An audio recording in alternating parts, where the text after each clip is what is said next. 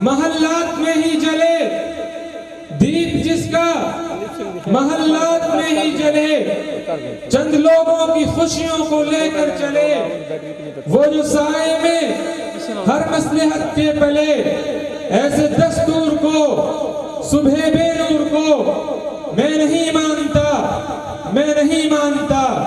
آج اگر وقت کا جائل، وقت کا جابر، ظالم اور جعلی حکمران مدارس کے طلباء کو سیاست سے دور رکھنے کی بات کرتا ہے، اس کا معنی یہ ہے کہ وہ ہمارے شاہینوں سے، مدارس میں پڑھنے والے فضلاء سے، مدارس کے علماء سے، ان کی سیاست سے خوفزدہ ہے۔ اور اس کی ایک زبردست تصویر ہمارے سامنے جناب حافظ حمداللہ صاحب موجود ہیں، جنہوں نے ہر ایک طاقت کو، ہر ایک عامر کو، ہر ایک جابر کو للکارا ہے۔ اور اگر کسی کی دھمکی آئی ہے ناموس رسالت کے حوالے سے، عقیدہ ختم نبوت کے حوالے سے، ملک کے اندر سیاست کے اوپر کسی بھی قسم کے تشدد، جبر کے حوالے سے، تو انہوں نے ببانگ دہل یہ پیغام دیا ہے، نبی کی عزت و حرمت پہ کٹ مرنا عین ایمان ہے، سر مقتل بھی ان کا ذکر کرنا عین ایمان ہے۔ ڈراتے ہو ہمیں دار و رسن سے کیا، ڈراتے ہو ہمیں دار و رسن سے کیا، ارے نادان، نبی کے عشق میں سولی پہ چڑھنا عین ایمان ہے۔ وہ آج بھی ببانگ دہل عقیدہ ختم نبوت کے لیے، ناموس رسالت کے لیے، عظمت صحابہ کے لیے، قرآن و سنت کی بالادستی کے لیے، اسلامی نظام کی سربلندی کے لیے، مدارس کی آزادی کے لیے، مساجد کی حریت کے لیے، طلباء کے حقوق کے لیے، کسانوں کے حقوق کے لیے، اساتذہ کے حقوق کے لیے، ڈاکٹروں کے حقوق کے لیے، وکلاء کے حقوق کے لیے، قائد جمعیت حضرت مولانا فضل الرحمان کے شانہ بشانہ کھڑے ہیں۔ میں آپ کے استقبال کی گونج میں انہیں دعوت خطاب دے رہا ہوں کہ وہ تشریف لائیں اور اپنے خیالات کا اظہار فرمائیں۔ نعرہ تکبیر، نعرہ تکبیر، شان رسالت، ناموس رسالت، جمعیت علماء اسلام، جمعیت طلباء اسلام، قائد جمعیت مولانا فضل الرحمان، شاہین جمعیت مولانا حافظ حمداللہ صاحب۔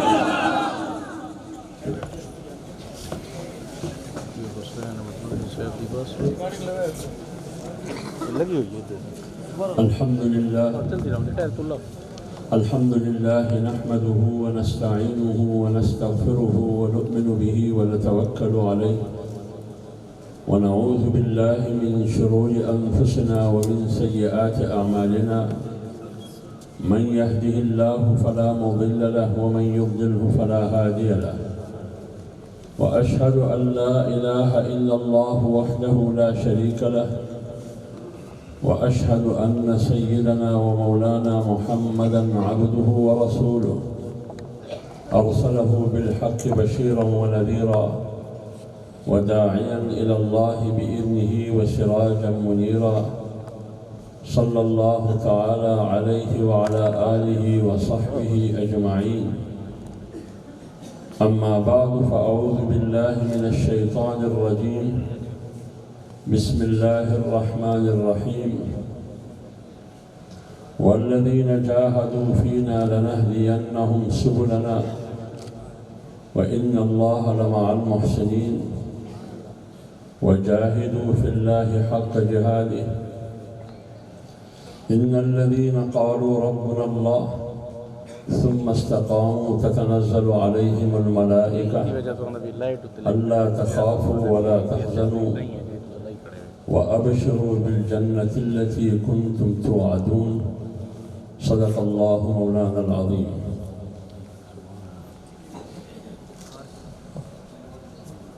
گرام قدر واجب الاحترام جمعیت علماء اسلام صوبہ پنجاب کے ناظم عمومی حضرت مولانا محمد شفیع اللہ صاحب، جمعیت علماء اسلام ضلع بکر کے ذمہ داران اور جمعیت طلباء اسلام ضلع بکر کے منتظمین اور JTI کے ساتھیوں، آپ تمام دوستوں کا تہہ دل سے شکریہ ادا کرتا ہوں کہ آج کے اس پروقار تقریب سیمینار میں مجھے شرکت کی دعوت دے کر عزت بخشی، میری حوصلہ افزائی کی۔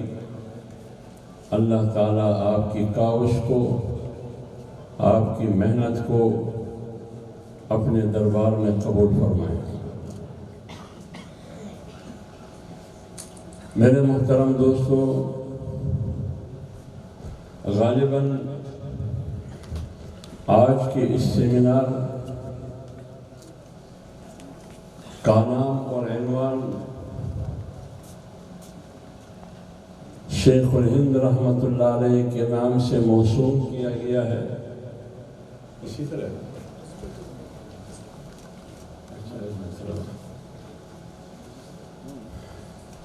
عزم طلباء کنونشن کے نام سے آج کے یہ عظیم الشان JTI کے زیر اہتمام اور جمعیت علماء اسلام کی سرپرستی میں سیمینار کا انعقاد کیا ہے۔ میں تمام دوستوں کو مبارکباد دیتا ہوں۔ جمعیت طلباء اسلام جمعیت علماء اسلام کا ایک ماتحت اور ذیلی تنظیم ہے۔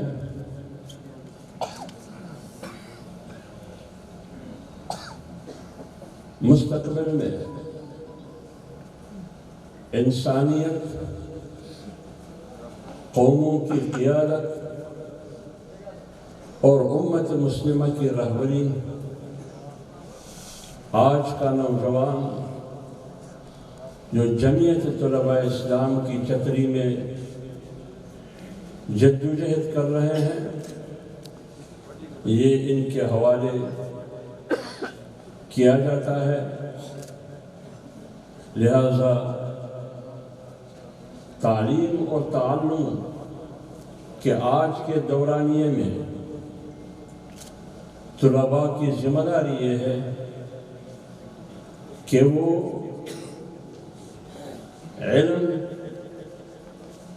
علمی میدان میں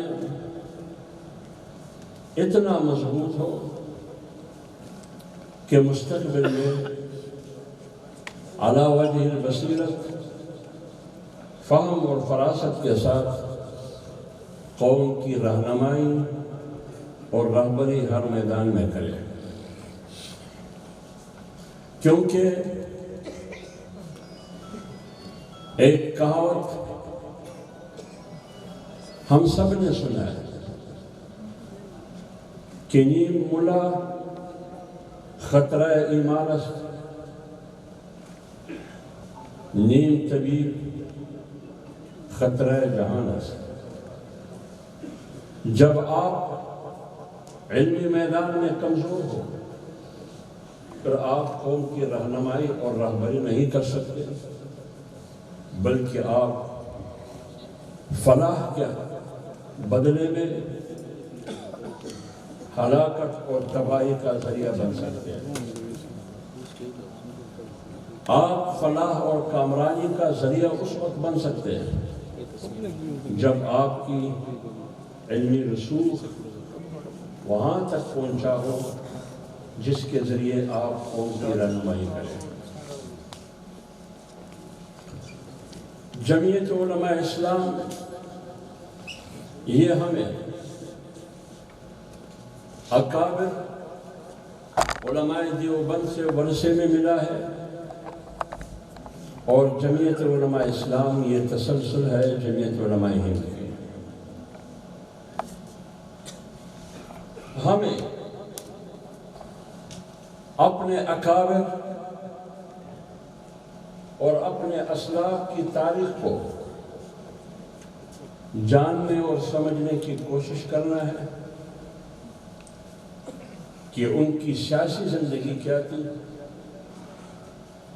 ان کی علمی طاقت کیا تھی، وہ طریقت، تصوف اور تزکیے کے میدان میں ان کی حیثیت اور شناخت کیا تھی۔ زندگی کے ہر پہلو کو آپ نے مد نظر رکھنا ہوگا، اس کی روشنی میں آپ نے اپنے جدوجہد کو آگے بڑھانا۔ لیکن بدقسمتی سے میں آپ کی بات نہیں کرتا جو سامنے بیٹھے ہیں، میں مجموعی بات کرتا ہوں۔ بدقسمتی سے آج ہمارے نوجوان بالخصوص اور مسلمان بالعموم اپنے اسلاف اور اکابر کی تاریخ سے بے خبر ہے، اور یہ انگریز کا ایجنڈا ہے۔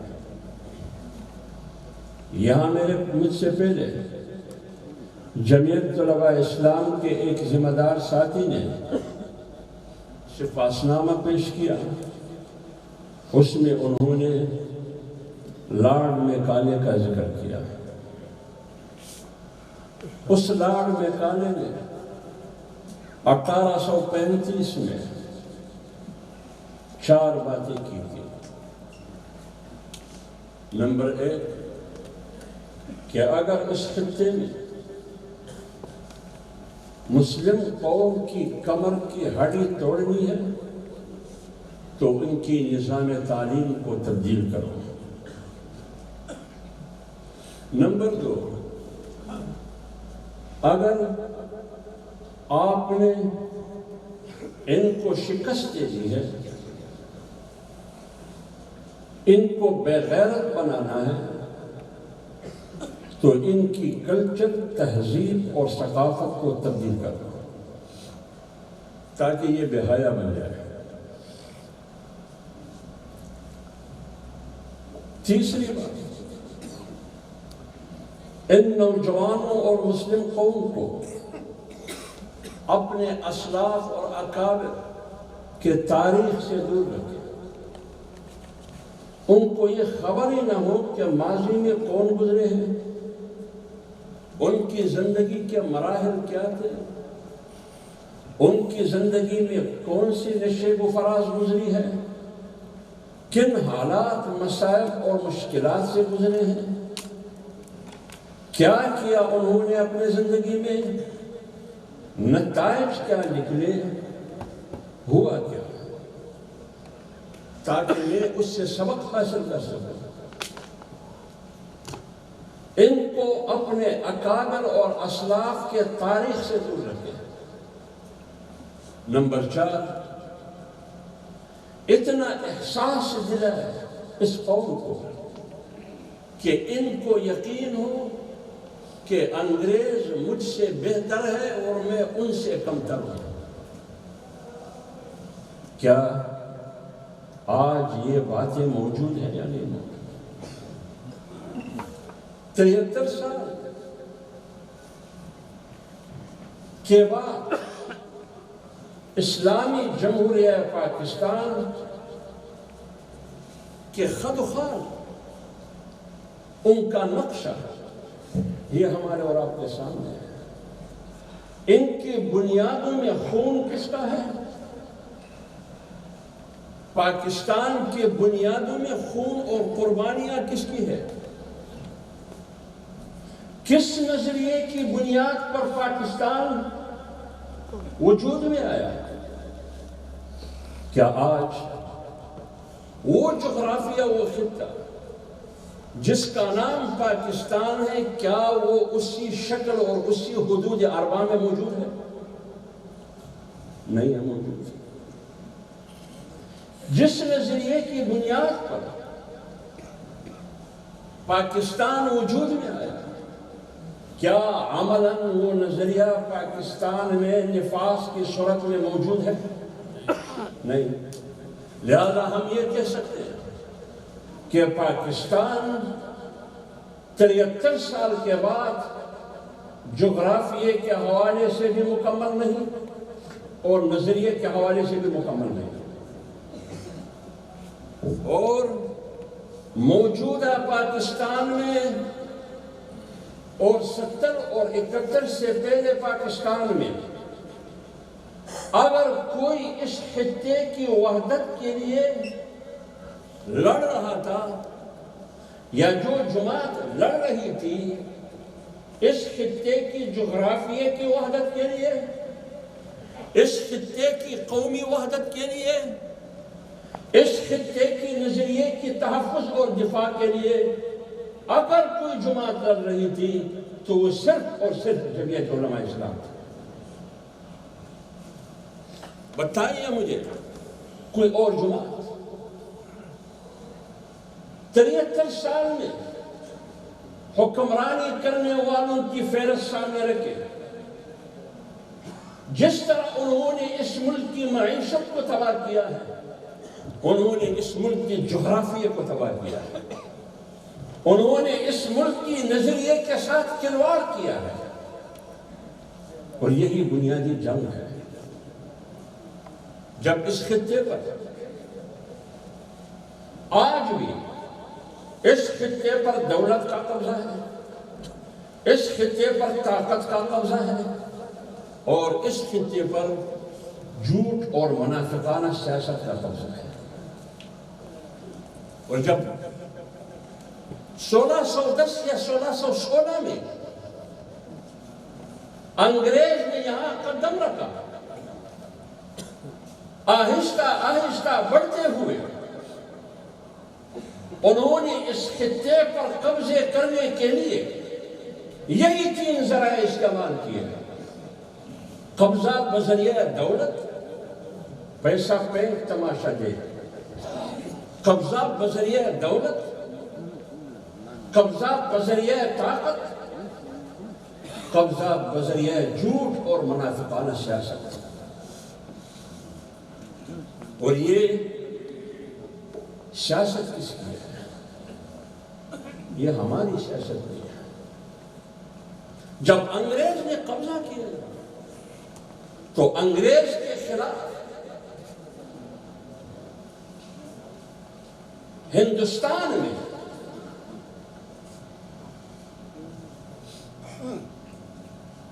سب سے بنیادی طور پر 2 بڑی لڑائیاں ہیں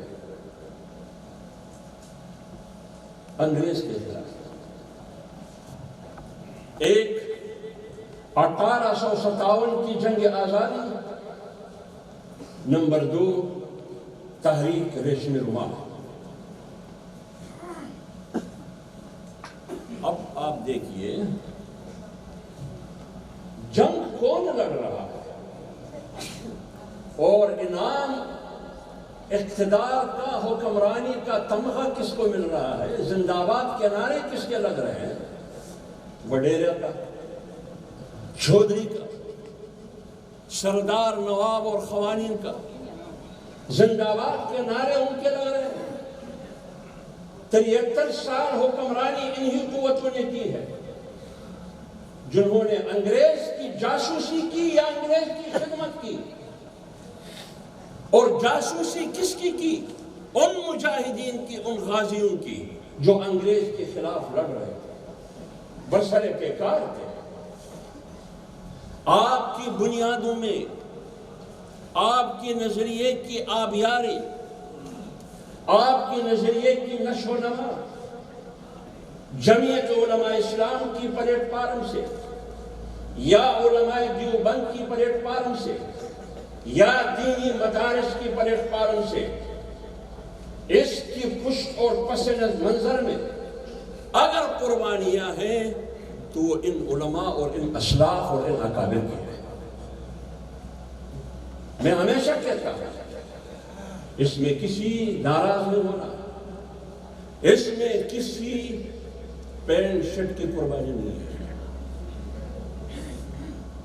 وہ انگریز کے نکالنے کے بعد دم دبا کے ان کو بگانے پہ جب پگڑی اور داڑھی والوں نے مجبور کیا، پھر انہوں نے کہا کہ شام کو میں نے مارا ہے،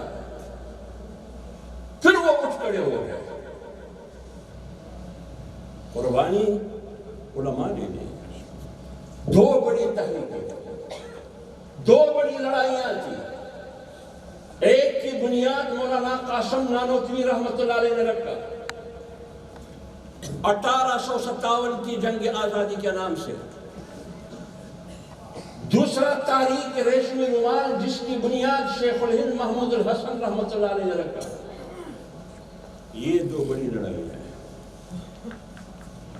آج آپ 100 میں 99% نوجوانوں سے پوچھئے کہ مولانا قاسم نانوتوی کی تاریخ بتاؤ، کسی کو پتہ ہے؟ نہیں۔ جامعہ یونیورسٹی اور کالج والوں سے پوچھئے، مدارس میں وہ نام تو آتا ہے شیخ الہند کا، نام تک وہ حسین احمد مدنی کو بھی جانتے ہیں، مولانا قاسم نانوتوی رحمۃ اللہ علیہ کا نام بھی سنا ہے، لیکن پوچھئے کہ کون تھا، کیا کیا، تاریخ کیا، زندگی کیا تھی، نہیں بتا سکتا۔ یہی جنگ ہے طاغوتی، انگریزی اور عالمی قوتوں کی کہ قوم کو اپنے اکابر اور اسلاف کی تاریخ میں دور رہے، ان کو دور رکھے۔ کسی کو پتہ نہیں۔ شیخ الہند ہم جیسے انسان، وہ بھی کسی کے گھر میں پیدا ہوئے، مولانا ذوالفقار علی کے گھر میں پیدا ہوئے، بریلی میں پیدا ہوئے۔ 6 سال کی عمر میں انہوں نے تعلیم کا آغاز کیا، قرآن سے شروع کی، آج کی اصطلاح کے مطابق قاعدہ بغدادی سے شروع کی۔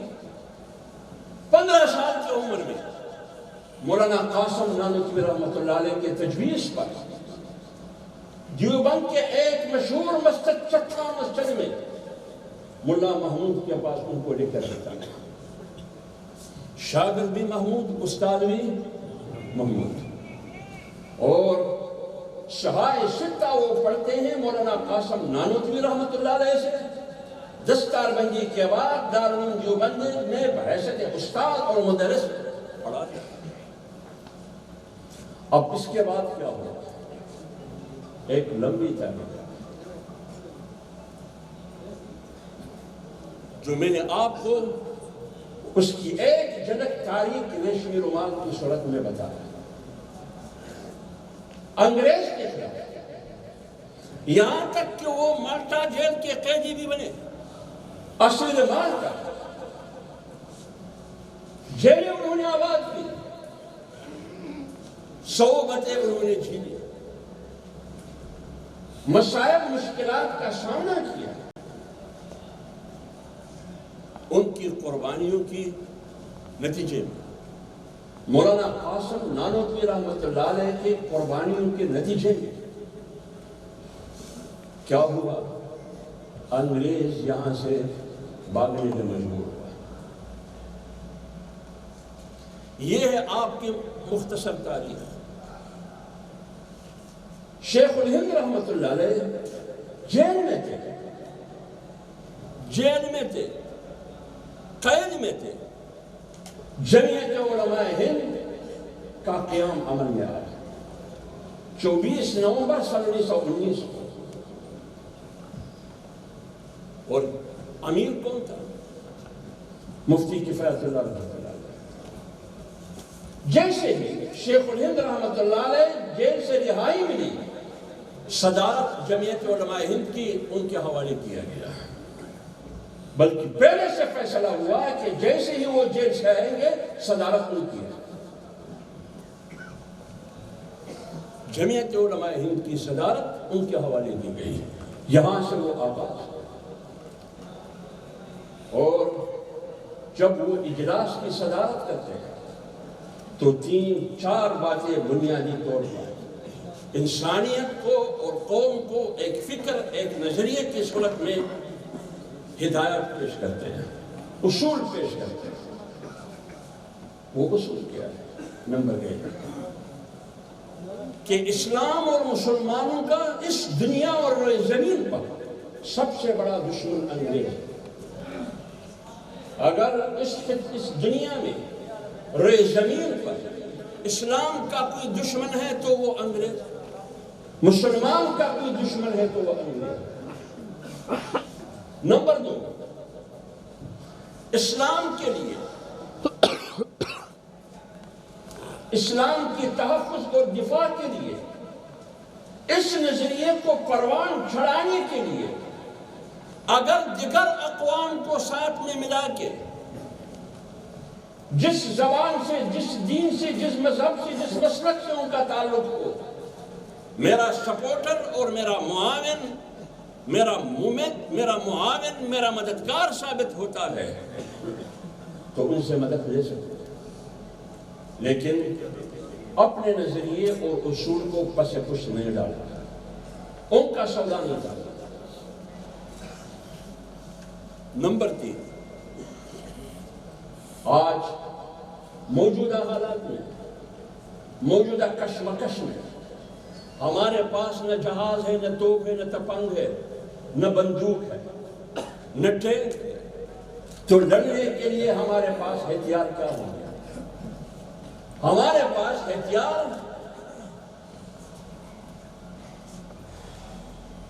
جلوس ہے، ہمارے پاس ہتھیار جلسے اور غزار ہے، ہمارے پاس ہتھیار اقوام کو، قومی اقوام کو متحد کر کے اپنے حقوق اور اصول کو سامنے رکھتے ہوئے اس کا مطالبہ کرنا سیاسی جدوجہد کے ذریعے، یہ ہمارے ہتھیار ہے۔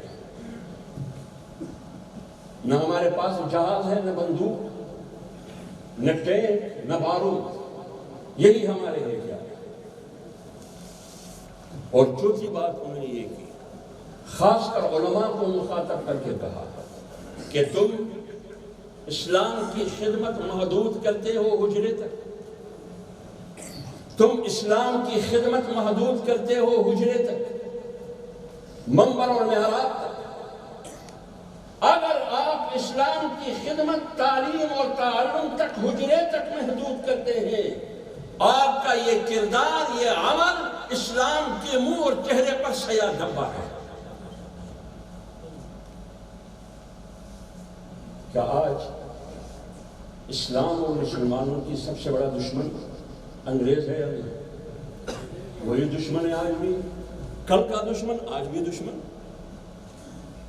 کیا ہمارے پاس وہ وسائل ہیں جن وسائل کا ذکر شیخ الہند نے کی، جس کے ذریعے میں نے لڑنا ہے وہ نہیں؟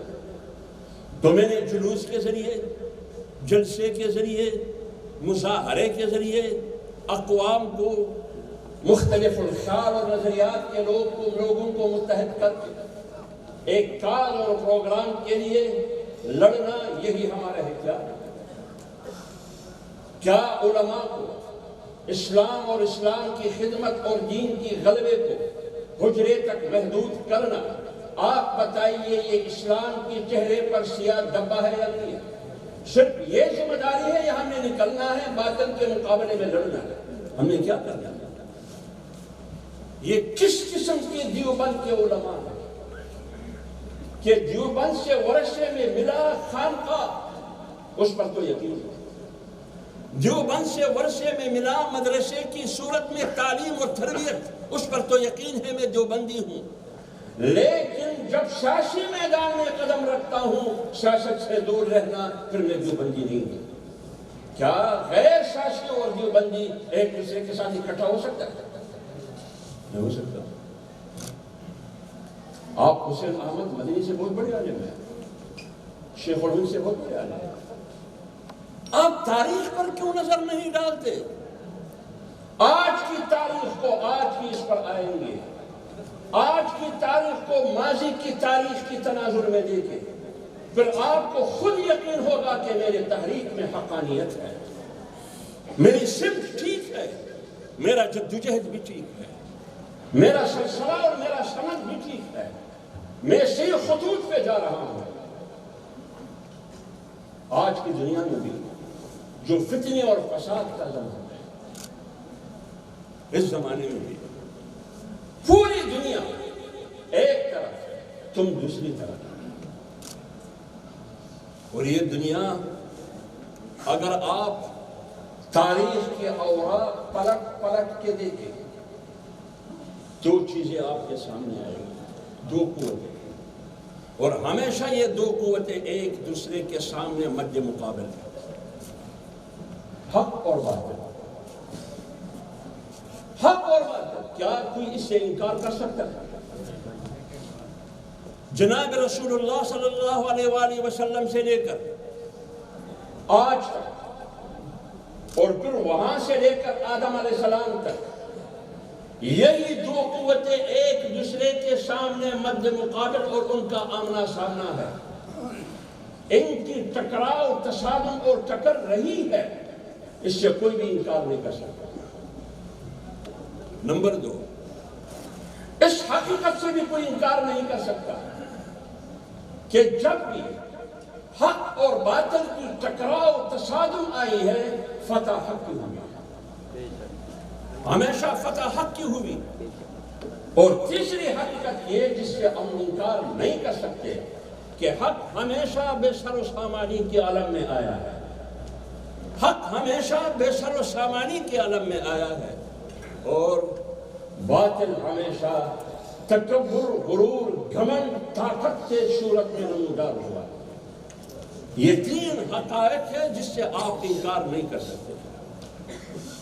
کیا آج اگر ہم علماء، اسلامی سیاست کرنے والے، اس نظریے کے حامل لوگ، جو نظریہ موسیٰ کا تھا فرعون کے مقابلے میں، جو نظریہ ابراہیم کا تھا نمرود کے مقابلے میں، جو نظریہ عیسیٰ کا تھا اسرائیل خنفاروں کے مقابلے میں، اور جو نظریہ جناب رسول اللہ صلی اللہ علیہ وسلم کا تھا قیصر اور کسریٰ کے مقابلے میں، ابو لہب اور ابو جہل کے مقابلے میں، جو نظریہ امام ابو حنیفہ کا تھا خلیفہ معتصم باللہ کے مقابلے میں، جو نظریہ مجدد الفسانی کا تھا جلال اکبر بادشاہ مغل کے مقابلے میں، جو نظریہ شیخ الہند حسین احمد مدنی کا تھا انگریز کے مقابلے میں، آج جمعیت علماء اسلام اسی تاریخ کو سامنے رکھتے ہوئے وہ نظریہ ہمارا ہے یا نہیں ہے؟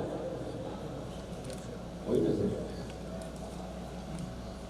اگر ایک طرف حق باطل نمرود کے لباس میں آیا تو حق کس کے لباس میں آیا؟ ابراہیم علیہ السلام کے لباس میں۔ اگر باطل فرعون کی شکل میں آیا تو حق موسیٰ علیہ السلام کی شکل میں آیا۔ اگر باطل قیصر اور کسریٰ، ابو جہل اور ابو لہب کے شکل میں ہوتا ہے تو حق جناب رسول اللہ صلی اللہ علیہ وسلم کی شکل میں آتا ہے۔